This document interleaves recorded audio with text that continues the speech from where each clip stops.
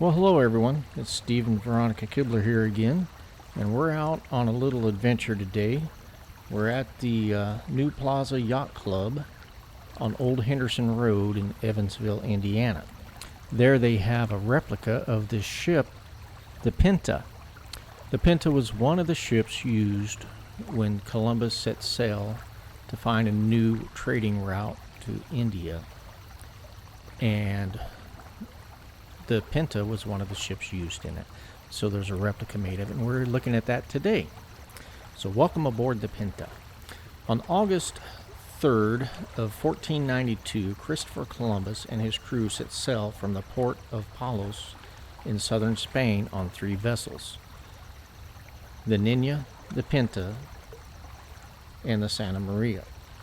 2 of the ships, the Nina and the Pinta, were tiny by today's standards, only 50 to 70 feet from bow to stern, but prized for their speed and maneuverability. The Santa Maria, Columbus's flagship, was a larger, heavier cargo ship. For 35 days, Columbus and his crew of 86 Spanish sailors sailed westward, searching for a passage to China and India. With the men close to mutiny against their foreign captain, Columbus was about to turn back when the cry went out at 2 a.m. on October 12th that the land had been sighted. Columbus hadn't found a western route to India, of course, but his success in crossing the Atlantic was due in large part to the ships he chose for the dangerous voyage, particularly the small Nina and Pinta, which were speedy type of ships called a caravel. In 2005, the replica of the Pinta was launched in Brazil. After 3 years of construction, the ship was built by 8th-generation Portuguese shipwrights, using the same methods and hand tools that were used to build the original in the 15th century. The Pinta was the first ship to sight land on the famous voyage of discovery on October 12, 1492. Historians consider the caravel the space shuttle of the 15th century and was used as early as the 13th century and into the 16th century. The caravel was mainly used as a typical trading vessel along the Mediterranean and African coast before being used for transatlantic voyages to open up new trading routes all over the world. Well, Veronica and I were looking at this ship, and we were just amazed at the workmanship that went into it and everything, and it's really neat. It was May 18th when we went to look at it in Evansville. It's going to be in Evansville till May 22nd, I believe. After the ship leaves Evansville, it's going to go up the Ohio River to Owensboro, Kentucky, and it will be there for a few days as well. So anyhow, the replica of the Pinta, it goes around the United States. Right now it's going into some of the rivers, major rivers, and it's going to different towns so people can see this replica. And it's a really neat. I highly recommend going to see it if you can. You won't be disappointed. It's just amazing how a ship of this size could have gone across the Atlantic and did what it did. So, I mean, I kind of like history, and it's amazing to me that people were able to sail on these things back in the days. And they had animals on below the deck.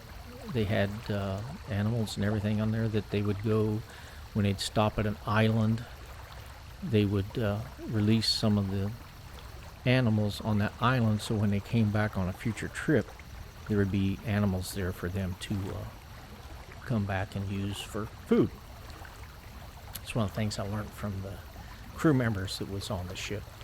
There's actually a crew that travels with this ship that they go from place to place, and they let people take tours of this ship, and it's only funded by the money that they get for the entry fees, and then they also accept donations. But there is no other funding for these for this ship or anyone's like it. So anyhow, the experience on this ship was really neat. There was a bunch of school kids there looking at the same day that we were, and I think it was really neat for them to learn a little bit about the travels back in the 15th century. This particular ship, the Replica, it does use sails when it's out in the oceans and all that. It uses sails to transport, and I guess it would get up to about 30 miles an hour using the sails.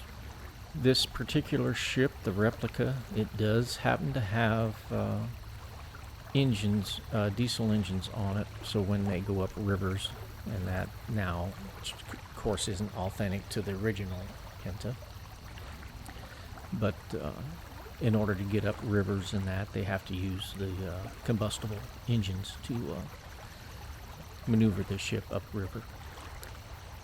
And anyhow, it was just a real pleasant visit with the crew. We were talking to some of the crew there, and they gave us a lot of good information about this ship.